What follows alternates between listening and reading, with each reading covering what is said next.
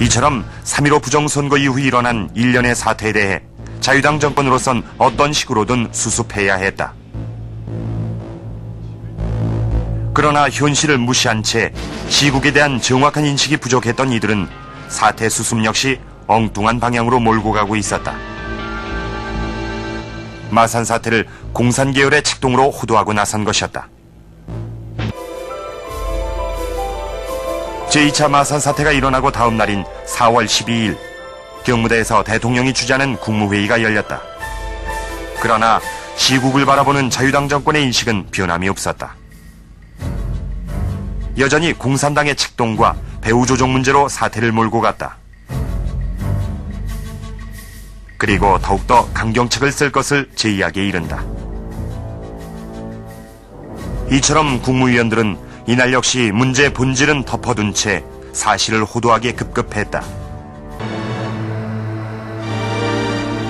그러나 자유당 정권은 최후까지 시민들의 요구를 무시하고 외면한다. 이날 역시 사태의 배후 조정 문제만 따지고 시국 수습 문제는 진지한 토론에 붙여지지 못했다. 서둘러 시국대책위원회를 구성해 사태 수습 방안에 대해 논의하기에 이른다. 이런 가운데 이승만 대통령은 이기붕 부통령 당선자에게 사퇴를 권유한다. 그리고 4.19 사태의 책임을 지고 전 국무위원들은 사표를 제출한다. 이기붕의 사퇴와 전 국무위원의 사표 제출로 수습될 수 있을 것이라고 생각했던 이승만 대통령은 4.19 부상자들을 위문하는 등 사태 수습에 나섰다. 이승만 대통령은 이러한 조치들만으로도 사태가 해결될 수 있으리라 믿었던 것이다. 이렇게 해서 1948년 8월 15일 수립된 제1공화국은 12년 만에 막을 내리게 됐습니다. 그리고 제1공화국 국무회의록 역시 4월 19일을 마지막으로 끝을 맺게 되는데요. 우리는 이 국무회의록을 통해서 당시 자유당 정권과 민심 사이에 큰 괴리가 존재하고 있었음을 알 수가 있었습니다.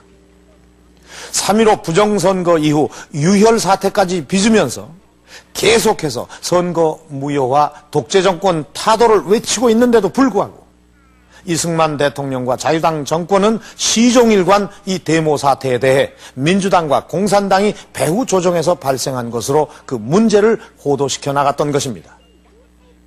이처럼 이승만 대통령과 자유당 정권은 권력욕에 사로잡혀서 민심을 제대로 읽지 못하고 오히려 힘으로 누르려고만 했던 것입니다.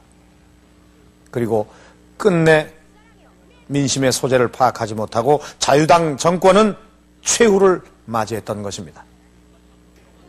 만약 이승만 대통령과 자유당 정권이 당시 사람들이 무엇을 원하고 있는지 국민들의 마음을 파악하고 그것을 진정으로 받아들였다면 자유당 정권의 말로는 분명 달라졌을 것입니다.